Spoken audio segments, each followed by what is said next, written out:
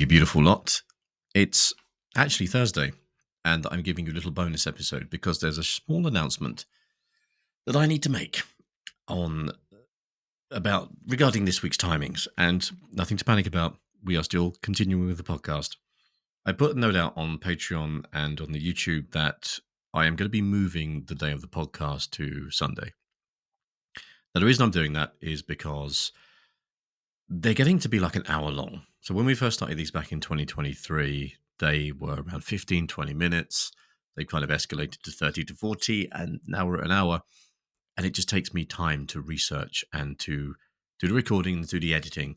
And I'm finding I'm spending a lot of time on sort of Thursday night stroke Friday morning doing all of the editing and the mixing down.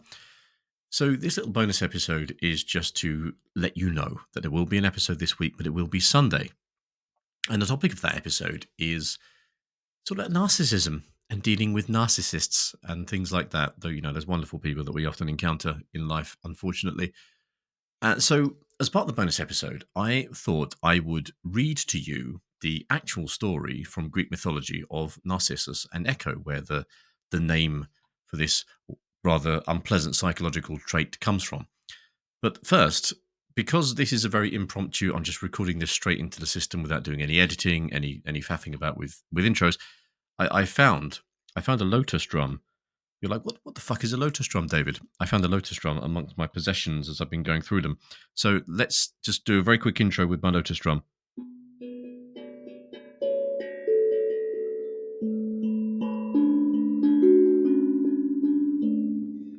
There you are. Now you're listening to The Observing Eye. Now you know. We've done the intro. We're happy.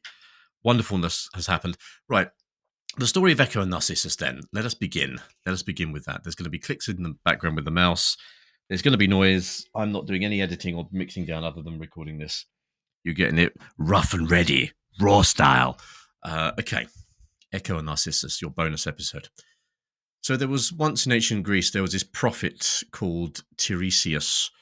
And he's a standard old prophet, beard and a stick, kind of Gandalf-esque. And one day there's this woman, she came to him and she'd given birth to a child that she had named Narcissus. Now, the issue with Narcissus was that he was so beautiful that he just broke everybody's hearts, even as he wriggled in his cot. Now, the woman was afraid that one of the immortals would, because we all know the immortals were really like just jealous, envious, petty creatures, would envy his beauty and come and destroy him. Now, Tiresias, this wise prophet, shook his head and told her that the gods pose him no threat. He will have a long life unless he learns to know himself. Now, it doesn't mean he starts wanking, okay? So, shaking her head, the woman was like, well, what the hell does this mean? She just sort of walked away and left Tiresias to his cave, just sniffing cherry seeds. Now, the years went by, as they do, and with every passing day, Narcissus became more beautiful. Wherever he went, women fell in love with him, and I'm sure the men did too. This was Greece. But they never approached him because of his flaw. And the flaw that Narcissus had was the glassy pride that he wore that kept his suitors at bay. Now, up on Olympus, old Zeus was about his usual pursuits, chasing nymphs and goddesses, coming to the earth, just coming in general, coming to the earth in disguise as a swan to, just have sex with women and doing his godly things. Zeus, during all of this, chasing and philandering, barely bothered to hide any of that misbehavior from his wife Hera.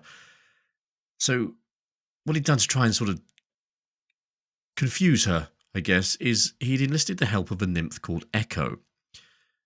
Now, if Hera ever came too close to catching Zeus in the act, then Echo was to distract her with an endless stream of pointless noise until Zeus had finished. It's an interesting job, isn't it? Now, unfortunately, the two of them, Zeus and Echo, played this trick once too often on Hera, and she saw through it because she was a fool. Now, Hera says to Echo, "You always want the last word. From now on, you shall have nothing else." And Echo, you can probably guess by her name what's going to happen to Echo. Echo opened her mouth to answer, and out came nothing else, nothing else, nothing else, nothing else, nothing else, nothing else. From then on, she could not speak for herself. She was condemned to trail behind others, stealing meaning from their last few words. She went to the earth because, where else would you go? And by chance, she stumbled across this lovely young man, Narcissus, and she fell instantly in love with him. Now, for months, she just followed Narcissus around like a crazy stalker, waiting for the words to come with which she could proclaim her love. At last, the moment came. Narcissus and his friends were hunting in a forest. They became separated from one another. Narcissus called out, "Is anybody there?" And Echo joyfully stole the word here. "Sorry, is everybody here?" he called out. Echo joyfully stole the word here. Told you there's no editing in this. "Then come to me, come to me." And she ran to him. She put her arms around him and he pushed her away. "Get off me. What are you? I suppose, like all the others, you love me." "Love me," she said. "Love me." "I would rather die," said Narcissus, "than let you lie with me." "Lie with me," she said. "Lie with me." "Leave me alone," he fled. "Alone," said Echo. "Alone, alone." Poor Echo was a slender thing. Her sorrow made her slighter still. She became spindly, bony, pale, gaunt, feeble, frail. And one morning, when she tried to stand, her sharp bones ruptured through her thin skin. Her body just collapsed in on itself, and only her voice survived, hiding in caves, hiding among the high hills. Now, of course, that gives rise to echo, where we have the word echo in the reflection of our voices in confined spaces and dark caves. Now, weary of that nymph, Narcissus went to a pool to drink. But Hera was a funny one. She was quite venomous and quite unpleasant, but she would often feel bad about it. Now, Hera saw what happened to Echo, how she just collapsed inwards, and only her voice remained. So she decided to gift Narcissus with a deep love for himself, even more than the love that he had already, even more than that pride. He would be so infatuated with himself he could think of nothing else.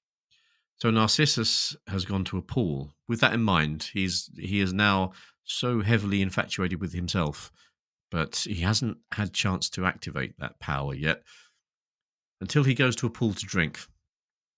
Imagine it's a perfectly flat pool, perfectly smooth, its surface wonderfully reflective, like a mirror. And I'm sure you can see where this is going. He leant over the side and he saw a face in that water of such beauty that suddenly he was filled with another kind of craving. He leant forward to kiss it, but the visage broke into wrinkles. He gave a cry of anguish. He lay beside the pool like a fallen statue, transfixed by the image in the water. Time and again he tried to capture it, but again the image would evade him. And so the prophecy of Tiresias was fulfilled. Narcissus had learned to know himself, and his awful torture began. No thought of food or drink would take him from the spot. His eyes would never have their fill. At last he said, "You, please, come to me, lie with me, love me. When I laugh, I see you laugh. When I smile, you smile. When I cry, you shed tears. You give me every indication that you love me, and yet we do not embrace. I think I understand. I am in love with myself. Always we will be together, and yet always we will be apart. I have loved you in vain." An echo hiding in her cave, only a spindly voice, took the words, "I have loved you in vain. I have loved you in vain." Narcissus closed his eyes, lay his head upon the ground, and died of starvation or dehydration or whatever came first. Probably dehydration. His soul drifted out of his open mouth beneath the crust of the earth, down a steep flight of stairs, into the underworld, the realm of the dead. And as his soul drifted across the river of forgetfulness, it left behind all memory. Even so, as he drifted across that river, some urge too powerful to resist drew his soul back to the edge, where it leant over the side and stared at the greasy smear of a reflection that quivered on the surface of the water. Now, Hera felt a bit bad about this as well. And she's like, "Oh, I've actually, I've gone a little bit too far with this one." So she turned his body into a flower, and that flower is the daffodil, Narcissus narcissi. So the people who's were Narcissus's family and friends were like, well, where the fuck's Narcissus? Like, we haven't seen him in days. They went walking around the woods where he'd been hunting, and they found, I say his body. They couldn't find his body, but they found a delicate flower with white and yellow petals leaning only over the edge of a pool, as if gazing at its own reflection. And that is the story of Narcissus, with some, artistic license thrown in for good measure. Thank you for joining me, everybody. I appreciate it's just a brief one, but I wanted to give you something because, some of you will be expecting an episode. Some of you regulars, you regular wonders, will be expecting an episode tomorrow on Friday, and you won't be getting it. And I want to let you know why, because I just need a bit more time. So I'm moving the episodes to Sunday from now on. So every Sunday. There will be no episodes on Friday. They will be on Sunday instead, starting this week. Take care, everybody.